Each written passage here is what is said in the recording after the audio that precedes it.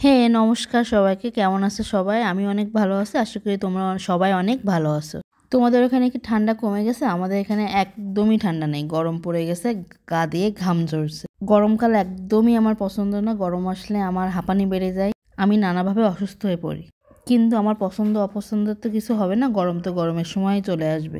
তো যাই হোক, দেখো ছাদে উঠে আলু শাক কাটা শুরু করলাম। সকালে উঠে এই সবুজ দেখলে মনটা ভরে যায়। আমার মাথায় একটা রেসিপি চলে এসেছে। আমি ভেবেছি যে আলু শাকের জুস দিয়ে, মানে আলু শাক ব্লেন্ডার করে আদা রসুন পেঁয়াজ কাঁচা লঙ্কা এগুলো একসাথে ব্লেন্ড করে ভাবছি রুটি বা পরোটা বানাবো। একটা অন্যরকম রেসিপি, দেখা যাক কেমন হয়। আগে বাড়িতে নিজে বানাবো, তারপর তোমাদের দেখাবো। যদি ফাটাফাটি হয়ে যায় তাহলে তোমাদের অবশ্যই রেসিপি শেয়ার করব। তোমরা কারা কারা আমার মতো গাছ পাগল আমাকে একটু জানাবে। আচ্ছা, তোমাদের এত কিছু আমি জানাতে বলি, তোমরা কেন জানাও না বলো তো? আমার সাথে কথা বলতে কি তোমাদের ভালো লাগে না?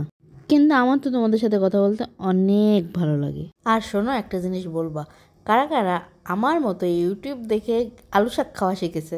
আমি তো প্রথমে ইউটিউবে রেসিপিটা দেখেছিলাম আলু শাক খাওয়া, বাট ব্যাপার না, জিনিসটা কিন্তু আসলেই অনেক ভালো। তো দেখতেই পাচ্ছ আমি একের পর এক তুলেই যাচ্ছি। আমার এই তোলা অনন্ত তোলা হয়ে গেল, মানে অনন্ত আলু শাক তোলা, মানে শেষই হচ্ছে না। এডিট করে এত কেটে দিয়েছি, তারপর আলু শাক তোলার ভিডিও আমার শেষই হচ্ছে না। ব্যাপার না, এসব আলু শাকগুলো তুলে আমি যাব এখন রান্না করতে। দেখো তোমরা কতগুলো আলু শাক উঠেছে, সাথে কিছু পেঁয়াজ পাতাও তুলেছি। এটা ছিল সকালের মেনু, এখন হবে দুপুরে রান্না বান্না। এই দেখো আমি দুপুরে রান্না বান্না নিয়ে চলে এসেছি। দেখো আজ কি রান্না হবে। আজ হবে ভেটকি মাছের আলু দিয়ে টমেটো দিয়ে ঝোল। তো দেখতেই পাচ্ছ, মাছে হলুদ দিয়ে দিলাম, তারপর দেবো 1 চামচ লবণ আর হলুদ দিয়ে মাছগুলো ভালোভাবে মাখিয়ে নিতে হবে। ওই যে আমার শখের উনুন জ্বালানো হয়ে গেছে, আর কড়াইতে তেল গরম করতে বসিয়ে দিয়েছি। কড়াইতে তেল সুন্দরভাবে গরম হয়ে গেলে একে একে মাছ ছেড়ে দেব। দেখো দেখতেই পাচ্ছ অনেক বড় বড় মাছ ছিল, এই জন্য দাগাগুলো আমরা মধ্যখান দিয়ে কেটে দিয়েছি। আর আজ বাড়িতে লোক কম থাকায় আমরা এই অল্প কয়েকটা মাছই রান্না করব। জেঠিমারা গিয়েছে এক বিয়ের নিমন্ত্রণে, ওরা বাসায় নেই, এজন্য আজ মাছ অল্পই রান্না হবে। দেখতেই পেলে মাছগুলো সুন্দরভাবে ভেজে নেওয়া হলো। আর তোমরা তো জানো আমরা মাছ একটু কড়া ভাজা খেতে পছন্দ করি।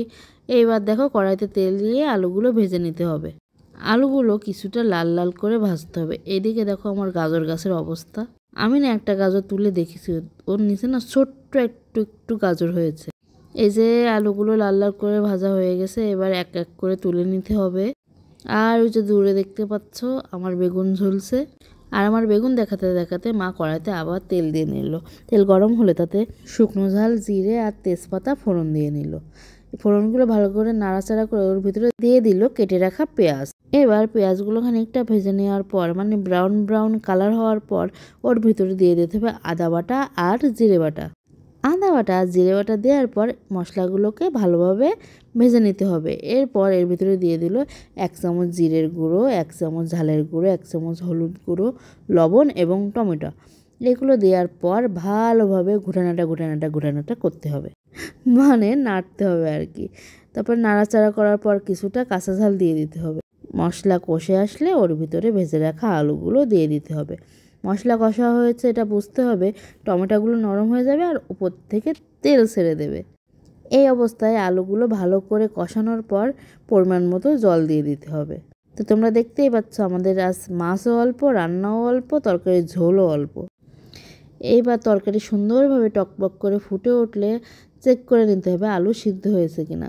আলু যদি সিদ্ধ হয়ে যায় তাহলে মাছগুলো দিয়ে নিতে হবে। মাছ দিয়ে 5 মিনিট জাল দেওয়ার পর তোমরা না আরেকবার লবণ চেক করবা। যদি লবণ পারফেক্ট হয় তাহলে উপর দিয়ে এই সুন্দর করে কাঁচা ঝাল আর ধনিয়া পাতা ছড়িয়ে দেবে। তোমাদের তো এই টিপসটাও দিয়েছি না, রান্নার শেষে কাঁচা ঝাল ছিটিয়ে দেবে, মানে ছড়িয়ে দেবে আর কি, তাহলে সুন্দর স্মেল বেরোবে। আর এখন তো কাঁচা ঝালের সাথে আমরা ধনিয়া পাতাও দিয়েছি। কাঁচা ঝাল আর ধনিয়া পাতার ফ্লেভার সাথে টমেটো, মাছের ঝোলটা হয়েছিল অসাধারণ। দেখো, দেখে তো বুঝতেই পারছো কেমন হয়েছে। আজকের মতো এখানে টাটা, ভালো থাকবেন সবাই।